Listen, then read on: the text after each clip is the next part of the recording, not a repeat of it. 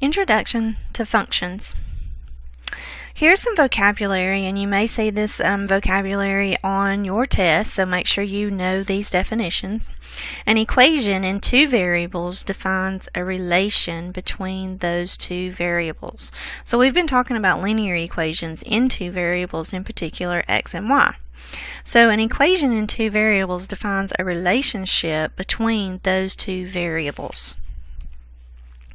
A set of ordered pairs is also called a relation. Again, that takes us back to our linear equations because we can plot two ordered pairs and make a straight line. So a set of ordered pairs is also called a relation. So a domain is the set of x coordinates of the ordered pairs. So your domain is the set of x coordinates of the ordered pairs.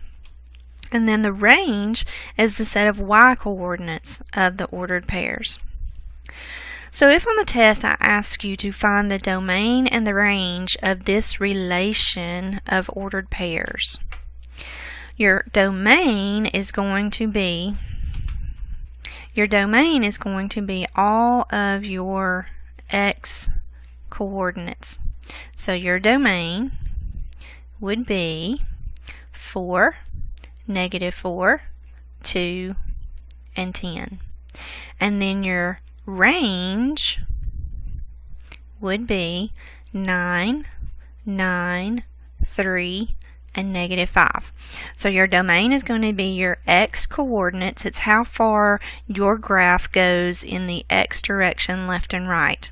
And then your range would be your y coordinates. It's how far your graph goes up and down. So some relations are also functions. Notice it says some, not all. Some relations are also functions. So what is a function? A function is a set of ordered pairs in which each x coordinate has exactly one y coordinate. So in other words, the x coordinates cannot repeat themselves, but the y coordinates can. So here would be another question on the test. Is this relation of ordered pairs also a function? Well, all we need to do is look at the domain. And I gave you the domain just a minute ago. See if you can pick out the domain. So remember, it's your x coordinates 4, -4, 2, and 10. Now, if none of these numbers are the same, meaning none of the x coordinates repeat themselves, then yes, this is a function. So your answer is yes. Alright, so the vertical line test. Graphs can be used to determine if a relation is a function because remember, relations is just an ordered pair, just a set of ordered pairs. And we can plot these ordered pairs and we can connect the dots and make a graph out of it. So graphs can be used to determine if a relation is a function by using the vertical line test. If a vertical line can be drawn so that it intersects a graph more than once, then the graph is not a function. So if no such vertical line can be drawn, then the graph is that of a function.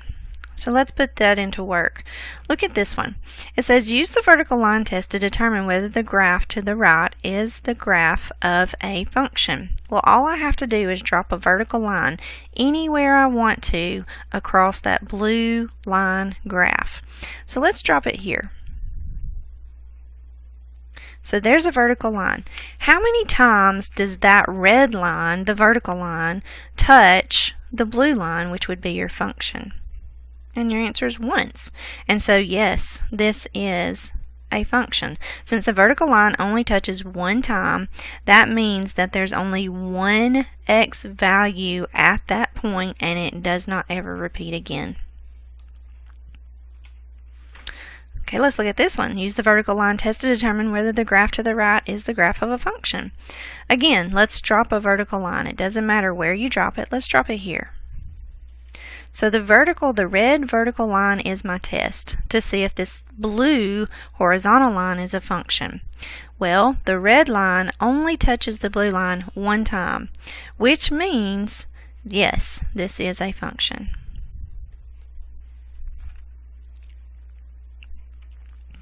So let's look at this one. Use the vertical line test to determine whether the graph to the right is the graph of a function. And again, we're going to drop the vertical line anywhere we want to. Let's drop it here. So notice it touches here and here. So since it touches twice, the answer is no. And let's explain that. Here we may have an ordered pair of -1 and -1/3.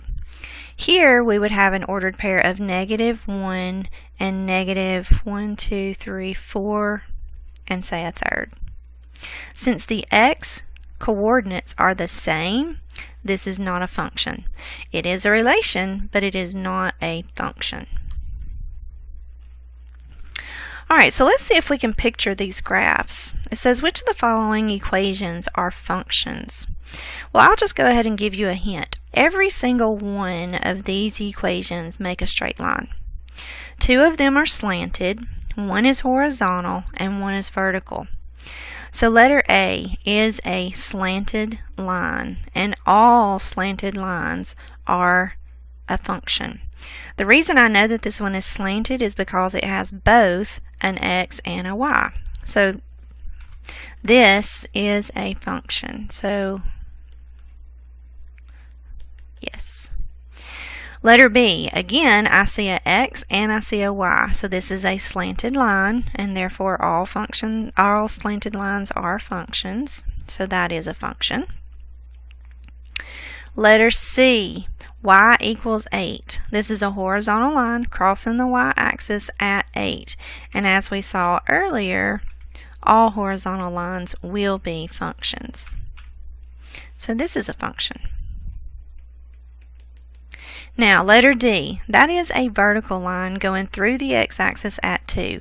So if I came over here and I drew a vertical line, can you imagine what all of the x coordinates on this line are going to be? They're going to be 2.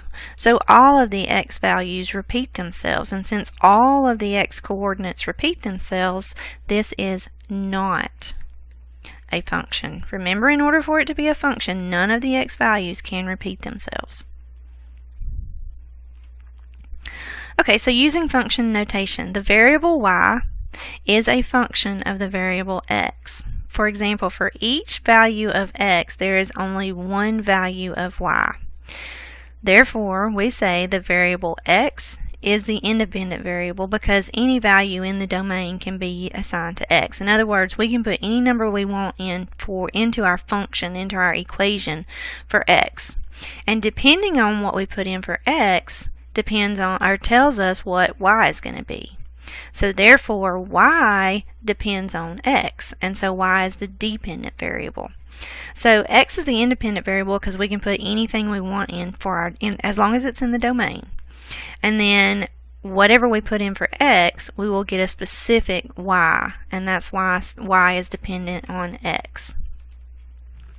So we often use letters such as F or G or H to name functions. For example, the symbol f(x) means function of x, and we read it as f of x. So this says f of x. This notation is called function notation. So we can use function notation to write the equation y equals -3x plus 2 as f of x equals -3x plus 2. Do you see what we did? The only thing we did is we exchanged y with f of x. So I need you to understand that f of x is the same thing, is synonymous to y.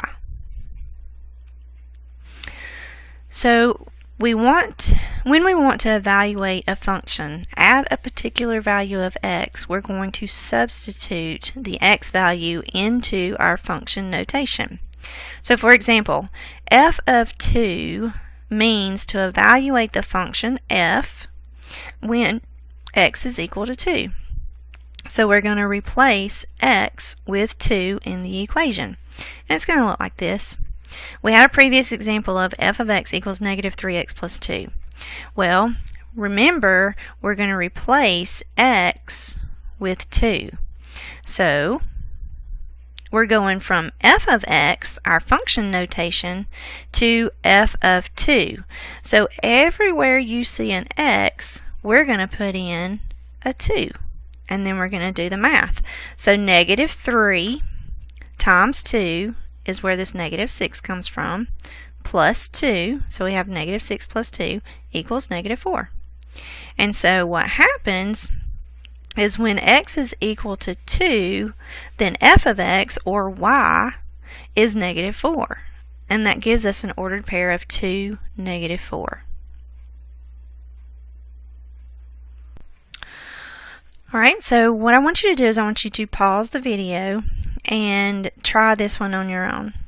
You're going to take the given function g of x is equal to x squared minus 2x, and you're going to find g of x when x is negative 3. Pause the video and try that. Okay, so let's see how we did. We have g of x is equal to x squared minus 2x. But what we want to know is what happens when we plug negative 3 in everywhere we see an x. And so what I like to do is I like to make skeletons everywhere I see an x. So I write everything down as is, but when I come to an x, I make a skeleton. And in that skeleton, I'm going to plug in what it's asking me to find the function at. And in this case, it's going to be negative 3. From there, we're just going to do the math. And you have to remember PEMDAS when you're doing this math. So, negative 3 squared, negative 3 times negative 3 is going to be 9. And then negative 2 times negative 3 is going to be positive 6. And so this is going to be 15. And so remember, our ordered pair, we plugged negative 3 in for x and came out with 15 for y.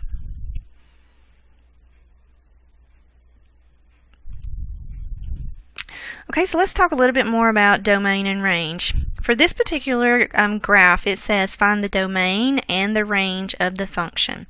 Well, remember, your domain is how far your graph goes from left to right. And what we have is we have a line segment, and this line segment has an endpoint of negative 3, 2, and it has another endpoint of 4, 1, 2, 3, 4, 4. Okay. So our domain is how far this graph goes from left to right. Well, it goes in the x direction from negative 3 all the way to 4. And so our domain includes all x values, including negative 3 all the way to 4. And then our range goes with our y values. So our range goes all the way from, and that should be a negative 4.